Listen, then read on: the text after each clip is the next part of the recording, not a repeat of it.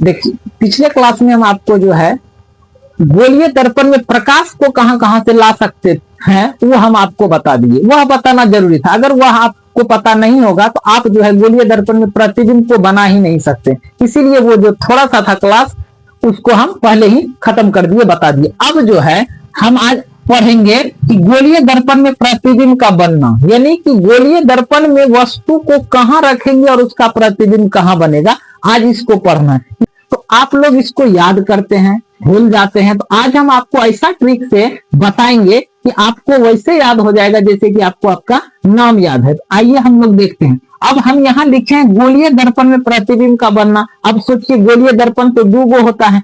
गोलीय दर्पण कितना होता है? दो गो होता है, एक उत्तल होता है, एक अवतल होता है। तो हम लोग कौन पढ़ेंगे? देखिए उत्तल में आपको पता है कि उत्तल का फोकस, कर्वेचर, ये सब क्या होता है? दर्पण के पीछे होता है, और दर्पण के पीछे जो होता है उससे हमको कोई मतलब नहीं है। लेकिन अवतल दर्पण में फोकस भी दर्पण के आगे होता है, उसके बाद कर्वेचर भी दर्पण के आगे होता है। तो सबसे पहले इसको जानने से पहले हमको यह जानना पड़ेगा कि अगर हम अवतल दर्पण में प्रतिबिंब को बनाएंगे, पहले हमको ये पता होना चाहिए कि अवतल दर्पण में हम वस्तु को कहां कहां रख सकते हैं। जब तक यह पता नहीं होगा, वस्तु का स्थिति अगर पता नहीं होगा, तो प्रतिबिंब का स्थिति कैसे पता चलेगा? तो सबसे पहले हम ये देखते हैं कि हम कहां कहां रख सकते हैं वस्तु को। सबसे पहले हम एक अवतल दर्पण बनाते हैं। ध्यान से देखिए, यह रहा अवतल दर्पण, किसी को कोई दिक्कत इसमें नहीं है। तो अवतल दर्पण में क्या क्या होता है ये बात तो हम आपको पहले ही बता दिए हैं। यह पोल हो गया यानी ध्रुव हो गया, और यहाँ पे इसका एफ होगा यानी फोकस होगा,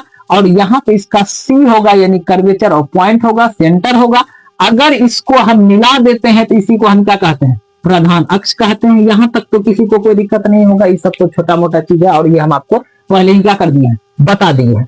अब अगर इसमें आपको पता है कि कर्वेचर के बाद का हिस्सा जो कहलाता है या पहले का हिस्सा जो कहलाता है वो क्या कहलाता है? अनंत कहलाता है। तो अब आपको सबसे पहले यह जानना पड़ेगा कि यह अवतल दर्पण जो है इसमें हम वस्तु को कहां कहां रख सकते हैं। कहां कहां वस्तु, जब तक आपको ही पता नहीं होगा कि हम कहां कहां वस्तु को रखेंगे तो आप प्रतिबिंब कैसे बनाइएगा? तो वस्तु को बताइए कि इस अवतल दर्पण में वस्तु को कहां कहां रख सकते हैं। सबसे पहले देखिए, क्या वस्तु को हम यहां रख सकते हैं यानी अनंत पे रख सकते हैं? आप कहिएगा हाँ बिल्कुल रख सकते हैं। दूसरा, वस्तु को क्या हम अनंत और कर्वेचर के बीच में रख सकते हैं? आप कहिएगा हाँ यहां भी हम रख सकते हैं। ठीक है। और तीसरा, यहां दो लिख देते हैं, दूसरा, और वस्तु को हम क्या कर्वेचर पे रख सकते हैं? तो हाँ हम बिल्कुल रख सकते हैं। चौथा, वस्तु को हम कर्वेचर और फोकस के बीच में रख सकते हैं? हाँ रख सकते हैं। वस्तु को हम फोकस पे रख सकते हैं? हाँ फोकस पे भी रख सकते हैं। और वस्तु को हम फोकस और ध्रुव के बीच में रख सकते हैं? तो हाँ रख सकते हैं। यानी कुल मिला के कहने का बात यह हुआ कि अवतल दर्पण के सामने हम वस्तु को कितना जगह पे रख सकते हैं? 6 जगह पे रख सकते हैं। कितना जगह पे रख सकते हैं? 6 जगह पे। हम 6 पॉइंट को यहाँ पे ऐड कर देते हैं। पहला कहां रख सकते हैं? तो अनंत पे रख सकते हैं, अनंत पर। दूसरा हम कहां रख सकते हैं? दूसरा अनंत और कर्वेचर के बीच रख सकते हैं, यानी वक्रता केंद्र के बीच रख सकते हैं। वक्रता केंद्र के बीच रख सकते हैं। और तीसरा हम रख सकते हैं वक्रता केंद्र पर रख सकते हैं, वक्रता केंद्र पर रख सकते हैं। और चौथा हम रख सकते हैं कहां? केंद्र और फोकस के बीच रख सकते हैं, वक्रता केंद्र और फोकस के बीच रख सकते हैं। और पांचवा हम रख सकते हैं कहां? फोकस पे रख सकते हैं, यानी फोकस होगी आपका, फोकस पर रख सकते हैं। और छठा हम रख सकते हैं फोकस और ध्रुव के बीच रख सकते हैं, फोकस और ध्रुव के बीच रख सकते हैं। यहां तक कोई दिक्कत नहीं है। सबसे पहले हम आपको यह बताए कि अवतल दर्पण के सामने हम वस्तु को कितना जगह पे रख सकते हैं। कितना जगह पे रख सकते हैं? 6 जगह पे रख सकते हैं। अब वस्तु का स्थिति अगर पता चल गया है तो प्रतिबिंब का स्थिति भी हम तुरंत पता कर लेंगे। देखिए सबसे पहले आपको पता है, हम एक एक करके देखने का प्रयास करेंगे। सबसे पहले इस सब को मिटा दीजिए, दो चीज को याद रखिए। अगर वस्तु को अनंत पे रखा जाए, वस्तु अगर अनंत पे होगा उसका प्रतिबिंब कहां बनेगा? हम आपको बताए थे कि अनंत पे अगर है, यहां ध्यान दीजिए, अनंत पे अगर वस्तु रखा हुआ है या इन्फिनिटी हो गया, अनंत हो गया, तो अनंत से आने वाला, अच्छा, प्रतिबिंब जो बनेगा किसके कारण बनेगा? प्रकाश के कारण बनेगा। तो अनंत से आने वाला प्रकाश क्या होता है? प्रधान अक्ष के समांतर। और आपको हम बताए पिछले क्लास में कि समांतर आने वाला प्रकाश कहां से गुजरता है? तो फोकस से गुजरता है। कहां से गुजरता है? फोकस से। ई हो गया आपका फोकस। और नीचे से भी, अच्छा, प्रतिबिंब बनाने के लिए कितना किरण का कम से कम जरूरी है? 2 किरण का। ई भी जाएगा तो ई भी कहां चल जाएगा? फोकस से गुजरेगा। तो अनंत से आने वाला वस्तु का प्रतिबिंब जो बनेगा कहां बनेगा? फोकस से बनेगा। कहां बनेगा? फोकस से। पहला कंडीशन देखिए, अनंत से अगर कोई अनंत पे रखा हुआ वस्तु का प्रतिबिंब कहां बनेगा? फोकस पे बनेगा। अब आप हमको एक बात बताइए कि जो जो हम आपको बताए पिछले वीडियो में कि जो जो प्रतिबिंब या कुछ भी अगर दर्पण के सामने होगा उसको हम कहते हैं वास्तविक। और वास्तविक चीज जो होता है वो क्या होता है? उल्टा होता है। क्या होता है? उल्टा। जो वास्तविक हो गया वो उल्टा हो गया। तो दर्पण के सामने बना है तो इसका मतलब ये क्या होगा? वास्तविक होगा। और दर्पण के अगर पीछे बनेगा तो क्या बनेगा? काल्पनिक। काल्पनिक सीधा होता है और वास्तविक क्या होता है? उल्टा होता है। काल्पनिक क्या होता है? सीधा। और वास्तविक क्या होता है? उल्टा। तो अनंत पे जब हम वस्तु को रखे, प्रतिबिंब कहां बना? फोकस पे। कहां बना? फोकस पे। अब दूसरा स्थिति क्या है? अनंत और कर्वेचर के बीच रखते हैं। ध्यान से समझिएगा, इसको छोटा कर देते हैं।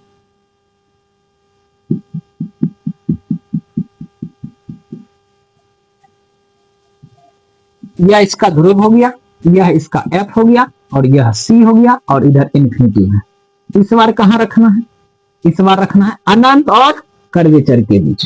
कहां रखना है? अनंत और कर्वेचर के बीच। तो अनंत से तो एगो तो इसके कपार के ऊपर से आएगा प्रकाश, आ गया। अब आपको पता है कि जो समांतर आएगा वो कहां से जाएगा? तो आप कहिएगा फोकस से जाएगा, तो इसको भेज देते हैं फोकस से। दूसरा बताइए कहां से प्रकाश ला सकते हैं? हम पिछले में बताए थे आपको कि दूसरा कहां से आ सकता है। तो प्रकाश को कितना जगह से ला सकते हैं? 4 जगह से। एगो अनंत से, एगो कर्वेचर से, एगो फोकस से, और एगो ध्रुव से। इतनी जगह से ला सकते हैं। तो अनंत का तो जगह रिजर्व हो गया। अब बताइए दूसरा प्रकाश अगर आपको लाना होगा तो कहां से लेके आइएगा? तो आप कहिएगा हम कर्वेचर से लेके आएंगे। अब कर्वेचर से जो आएगा वह कहां से परावर्तित होगा? तो कर्वेचर से आने वाला प्रकाश जो होता है क्या होता है? लंबवत होता है। क्या होता है? लंबवत। यानी जिस दिशा से आया था उसी दिशा में लौट गया। अब बताइए ये कटा कहां? ये कटा कहां? यहां पे कटा, तो प्रतिबिंब इसका यहां बन गया। अगर यहां ए है, यहां बी है, आप देखिए ए ऊपर में था और ए से कटने वाला जो है वो चला आया है नीचे, नीचे चला है। और बी तो बी का जगह अपनी जगह पे है। तो अगर वस्तु को अनंत और कर्वेचर के बीच रखते हैं उसका प्रतिबिंब कहां बनता है? फोकस और कर्वेचर के बीच बनता है। कहां बनता है? फोकस और कर्वेचर के बीच बनता है। आगे बढ़ते हैं। अब देखिए, अब तीसरा कंडीशन देखिए, अगर वस्तु को अनंत पे रखे, अनंत और कर्वेचर के बीच रख दिए, अब कहां रखना है? कर्वेचर पे। कर्वेचर पे रख के देखते हैं।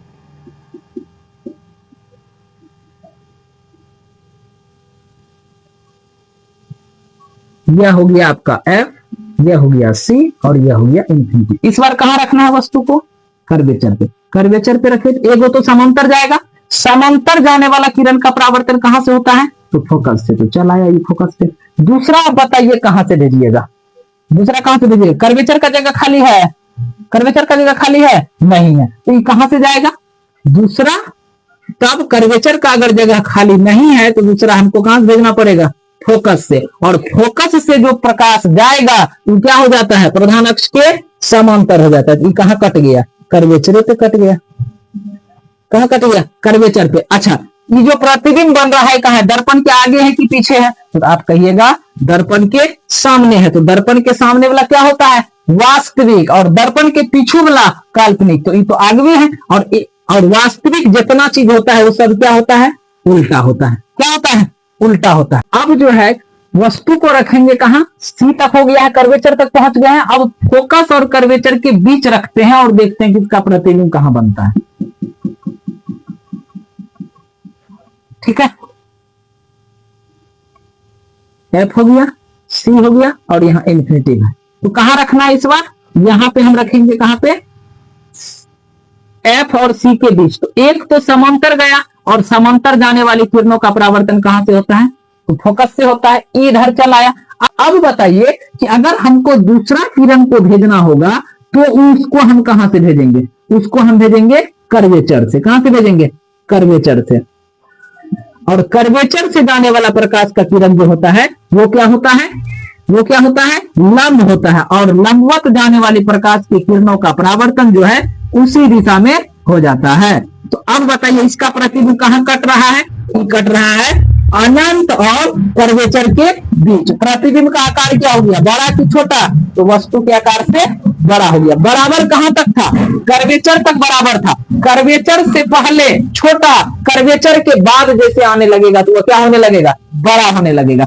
अब देखिए एक कंडीशन अब बचता है, अब कहां, फोकस पे।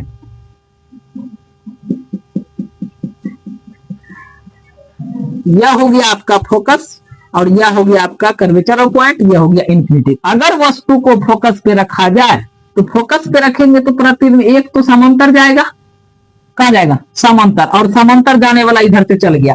अब बताइए कि दूसरा हम कहां से भेजेंगे, तो दूसरा आप कहिएगा, दूसरा तब भेज दीजिए सर जी, कहां से, कर्वेचर से। कहां से भेज देंगे, कर्वेचर से। और कर्वेचर से जब भेजेंगे तो बताइए ये हो गया है समांतर। क्या लगता है कहीं मिलेगा, कहीं मिलेगा, लगता है कि मिलने वाला है। तो अगर कोई कहीं नहीं मिलता है तो समझ लीजिएगा को कहां मिलेगा, वह मिलेगा अनंत पे। तो इसका कर्वेचर फोकस पे, जिस प्रकार की अनंत पे रखे थे तो उसका प्रतिबिंब बना फोकस पे, तो फोकस पे रखेंगे तो उसका प्रतिबिंब कहां बनेगा, अनंत पे। अब एक कंडीशन और बच जाता है, ध्यान से समझिएगा, एक कंडीशन और वह जो कंडीशन है वह कंडीशन है क्या, ये हो गया अनंत। और यहां पे ध्यान दीजिएगा, यहां अगर ए यहां बी तो प्रतिबिंब ए यहां और बी यहां, ठीक है। अब एक कंडीशन बचता है कहां, जब हम वस्तु को रख दें कहां, जब हम वस्तु को रख दें फोकस और ध्रुव के बीच। यह हो गया फोकस और यह हो गया कर्वेचर और यह हो गया इसका इन्फिनिटी। अब देखिए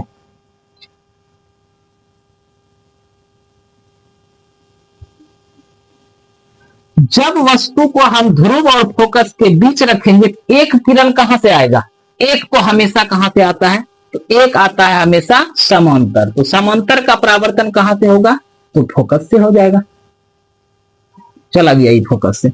अब बताइए दूसरा कहां से भेजिएगा जो कि वस्तु को टच कर सकता है, तो दूसरा हम भेजेंगे कहां से, कहां से भेजेंगे, कर्वेचर से। कहां से भेजेंगे, कर्वेचर से। कर्वेचर से जाने वाला प्रकाश का किरण जो होता है वो क्या होता है, सी यहां कर देते हैं, वो क्या होता है,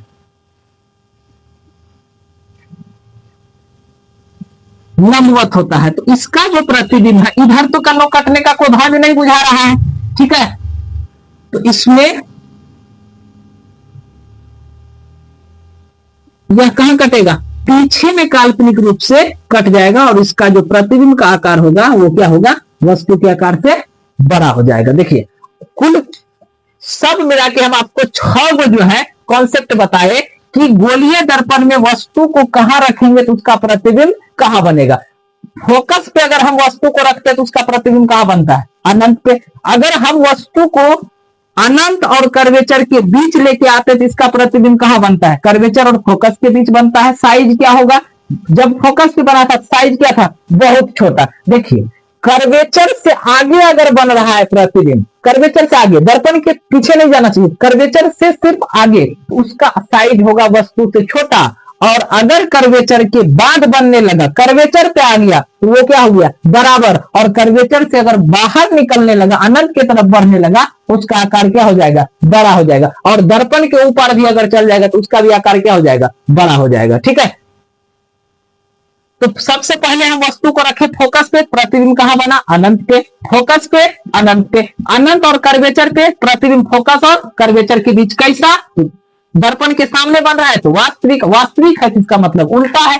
कर्वेचर के वह बगल है, ये बगल नहीं है, इसीलिए आकार क्या होगा, छोटा। इसमें अगर हम वस्तु को कर्वेचर पे रख दिए और प्रतिबिंब भी उसका कहां बन गया, कर्वेचर पे, इसका मतलब दोनों का आकार क्या है, बराबर है। लेकिन वास्तविक होगा काल्पनिक होगा, वास्तविक होगा क्योंकि आगे बन रहा है। और वास्तविक चीज सब क्या होता है, उल्टा होता है। अब यहां देखिए, अगर हम वस्तु को कर्वेचर और फोकस के बीच रखते हैं, इसका प्रतिबिंब कहां बनता है, प्रतिबिंब अनंत और कर्वेचर के बीच। तो कर्वेचर के अनंत और कर्वेचर के बीच, यानी कर्वेचर से हम बाहर निकल गए, तो जैसे कर्वेचर से बाहर निकलेंगे तो आकार क्या हो गया, इसका मतलब बड़ा, आकार क्या हो गया, बड़ा। लेकिन दर्पण के आगे बन रहा है, तो वास्तविक होगा कि काल्पनिक, तो वास्तविक होगा। अच्छा, अगला पॉइंट में देखिए, वस्तु को हम रखे कहां, फोकस पे।